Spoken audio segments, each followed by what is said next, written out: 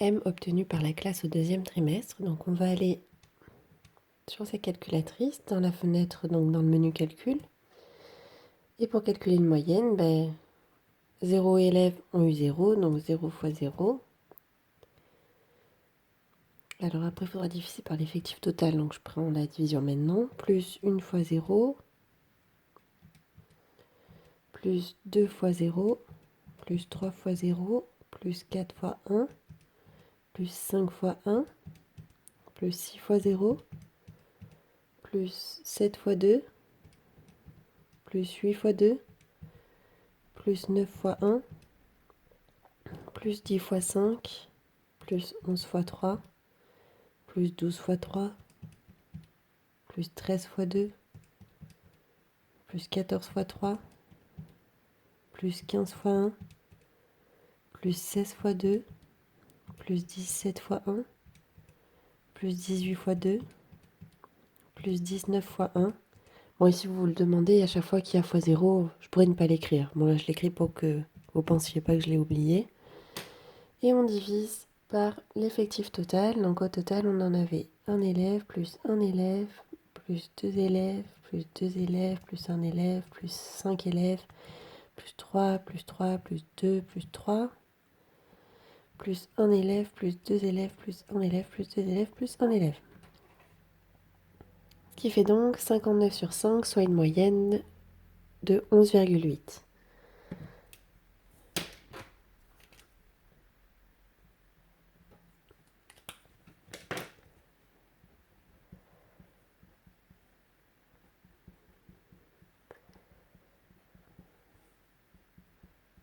Bon, etc. Je vais mettre aussi les 3 derniers.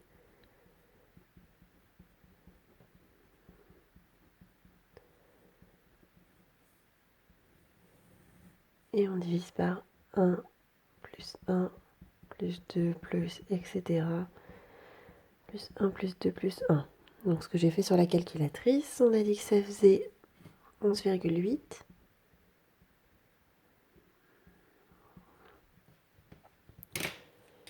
Bon, ça, avez-vous eu plus que la moyenne? Ça dépend de la note que vous avez eue. Alors, je vais marquer, par exemple, moi je vais supposer que l'élève que je regarde a eu 12.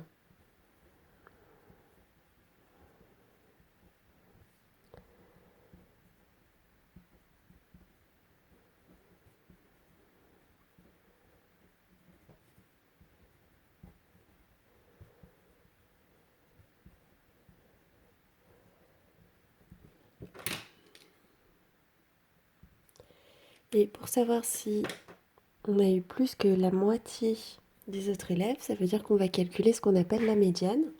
Donc on va regarder déjà là combien on avait d'élèves. Donc 1 plus 1 plus 2 plus 2 plus 1 plus 5 plus 3 plus 3 plus 2 plus 3 plus 1 plus 1 plus 2 plus 1. Donc au total, j'ai oublié un plus. Ce qui fait un total de 30 élèves.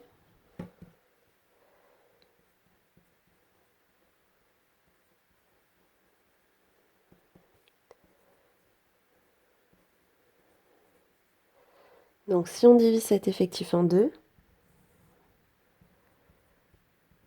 on peut en mettre 15 chaque côté. Donc là on met 15 élèves. Là on met aussi 15 élèves, ça fait bien 30 élèves. Donc nous, ce qui nous intéresse pour avoir la médiane, comme là il n'y a aucun élève qui est au milieu, je vais prendre les deux du milieu. Donc là c'est le 15e élève, vu que c'est le dernier de ce paquet-là. Et là du coup ça devient le 16e. Et je vais regarder combien a eu le 15e élève et combien a eu le 16e élève. Pour pouvoir faire ça, je peux calculer ce qu'on appelle les effectifs cumulés croissants. Donc là, il n'y a pas d'élèves qui ont eu 0 ou moins, pas d'élèves qui ont eu 1 ou moins, pas d'élèves qui ont eu 2 ou moins, pas d'élèves qui ont eu 3 ou moins, un élève qui a eu 4 ou moins, du coup 2 élèves qui ont eu 5 ou moins, toujours 2 élèves qui ont eu 6 ou moins, plus de 4 élèves qui ont eu 7 ou moins, 6 élèves qui ont eu 7 ou moins, vous voyez à chaque fois j'ajoute.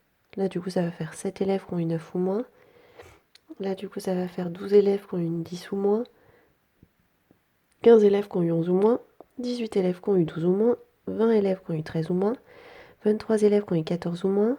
20... Bon, j'arrive pas à me relire, j'ai écrit quoi? 23 élèves, on était. Donc 24 élèves qui ont eu 15 ou moins.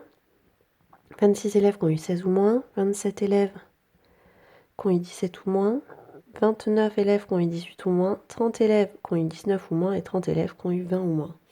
Donc le 15e élève, il est là. Il a eu 11. Et du coup, le 16e, il est juste derrière. Et il a eu 12. Donc le 15e élève a eu,